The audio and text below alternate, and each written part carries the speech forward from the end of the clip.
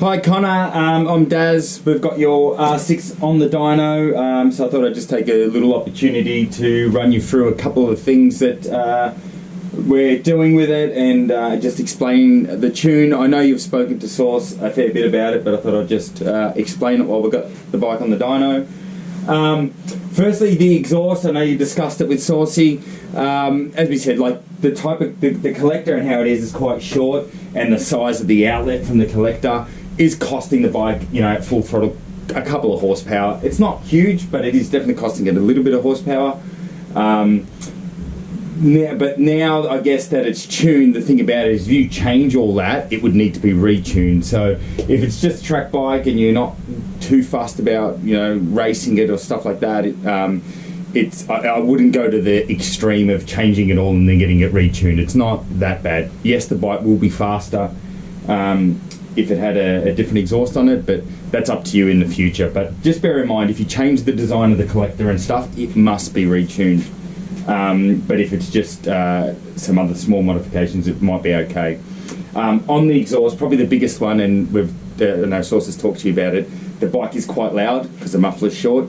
If you end up just putting a bigger muffler on it and keep all the diameter the same and the length pretty much the same, it won't need a retune.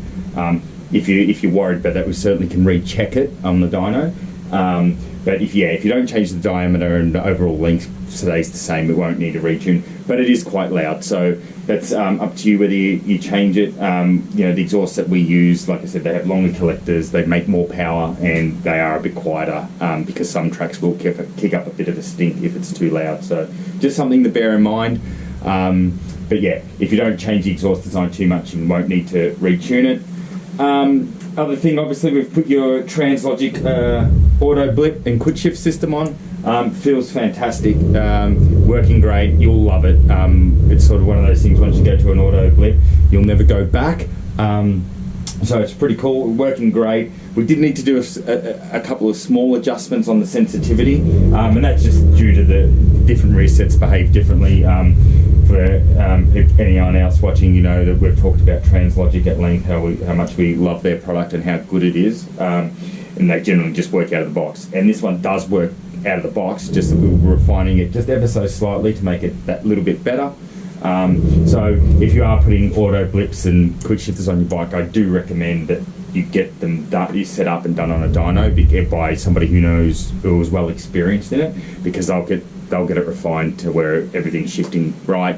And it's important also for the longevity of your gearbox. You don't want abrupt shifts and a quick shifter or auto blip that's set up incorrectly, not configured right, because it will long term hurt your gearbox. But this one is working absolutely beautiful, feels great. They're an awesome thing to get a translogic auto blip system on your bike. Highly recommend them. The boys in our race team, you know, a lot of them, you know, over a year ago weren't using the auto blipper systems, and they're like, oh, it's not too bad blipping myself. But now that they're all using them, they do say it's definitely a performance improvement. And what their feedback is, it's just a bit easier in the braking zone to go in deeper, knowing that you don't have to worry about blipping the bike yourself, and you can concentrate on carrying the right amount of trail brake in. So it's one less thing to do. They definitely are a big fan of it.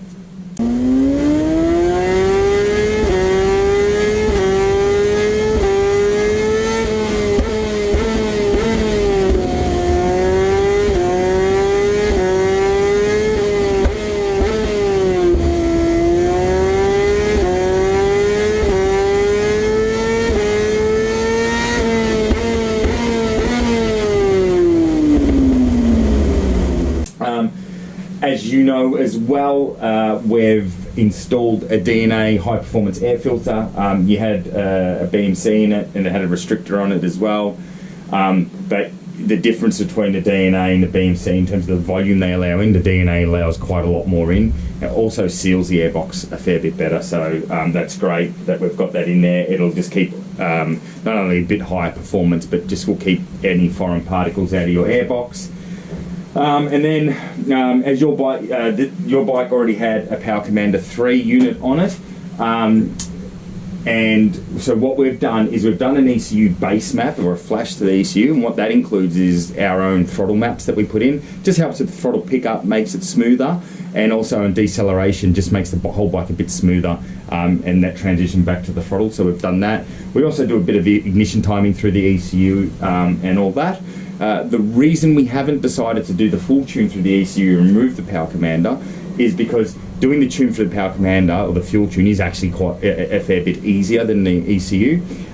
And seeing it's already there, to go and pull it all off and then do the tune through the ECU, tuning through the ECU is more expensive on its own.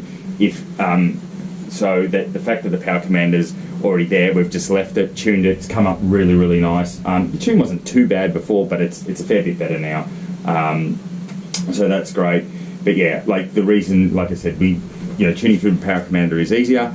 If the bike didn't have a power commander already on it, we would have done the tune through the ECU, but and the end result will be the same. It's just that it takes longer through the ECU. So to go pulling off the power commander and then do the tune through the ECU just didn't make sense financially for the job overall, because it'll end up costing more than it is this way. So and power commander 3, a lot of people think, oh, it's an older one.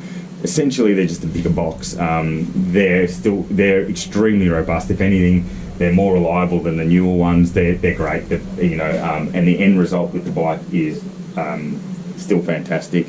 What else? I think so. The biggest thing was that is with the exhaust stuff. Power is where we expect it to be for a bike with that type of exhaust. Like I said, it's probably costing it a couple of horsepower. That little exhaust design, but it's nothing I'd lose sleep over. And if you're not getting any hassles with the noise of it at track days, then you're probably okay to just leave it, to be honest. But we had that discussion about the exhaust was mainly because when you're doing exhaust modifications, you ideally should be doing it before you tune it, because it will affect the tune. So yeah, she's come up really, really great. So hope you enjoy it.